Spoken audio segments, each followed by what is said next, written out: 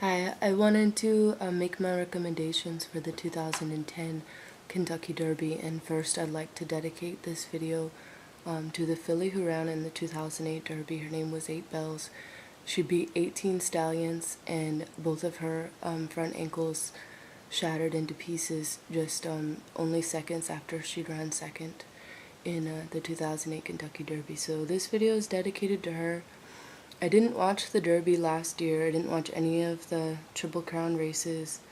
I didn't watch any steeplechasers, nothing. And I think it's, mostly just feeling really disheartened after watching 8 Bells race. Maybe a little disheartened with the racing industry and the egos and the money involved and the breeding, this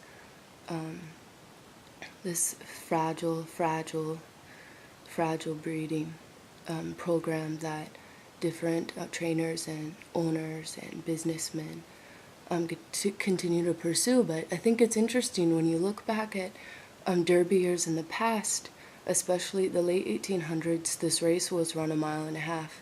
So the times the race was completed in really reflect that. Like people ran horses and their riders ran the race in maybe 2 minutes, 48 seconds, or 50 seconds. And when they dropped the Derby down to a mile and a quarter, the times, of course, came down, and it was being run in maybe anywhere from 2 minutes and 7 seconds to 2 minutes and 13 seconds.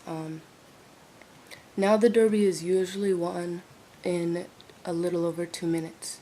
Maybe 2 minutes and 1 second, 2 minutes and 2 seconds.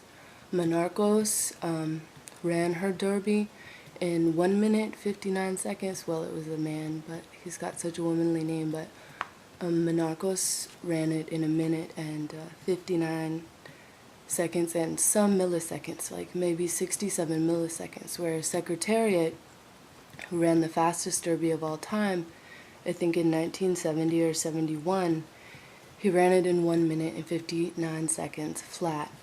An autopsy was performed on his body, I think 6 or 8 years later, and it was discovered that Secretariat had a heart 3 times the size of a typical stallion, I guess you could say. And people say that his heart was really reflective in his behavior with humans, with his trainers and groomers and everything. They say it was really playful and really sort of altruistic and just good-natured. It's a really good-natured horse. But he ran the fastest Derby of all time, 1 minute and 59 seconds. These are the times that racing fans want to see. We want to see a Derby run in under 2 minutes. But the horse that did it was a genetic freak, and Monarchos was just a very stealth, athletic creature. And so we haven't seen times like that in a while. Tomorrow the track's supposed to be muddy.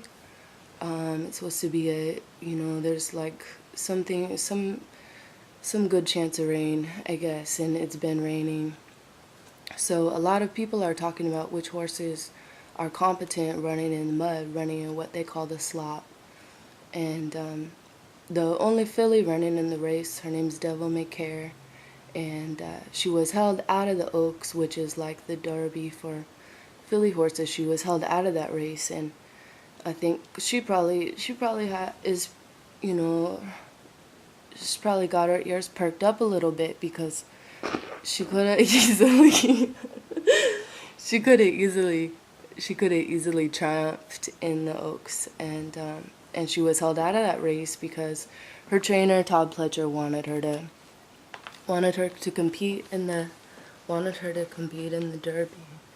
I was talking about Devil May Care, and I just wanted to mention also that she did win her maiden race in on a pretty soupy track, a pretty soupy,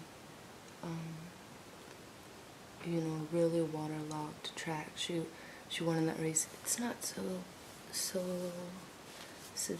not so big. It's not such a big gap. So I don't want to run out of time. I want to say a little bit about this Derby, just the pace setters in this Derby.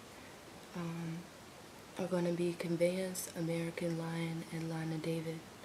Lina David is a horse I really like just for the reason I saw him on the track and he stood out to me. It was like, you know, a neon body amidst a bunch of black and white bodies. And just the way he moved and the way his legs, his stretch, his reach. He likes to run first, and I don't usually like a speed horse in the Derby, but this race is going to be a lot about speed, and for that reason, my second choice, or another horse that I really have my eye on, his name is Icebox, and he's a closing horse.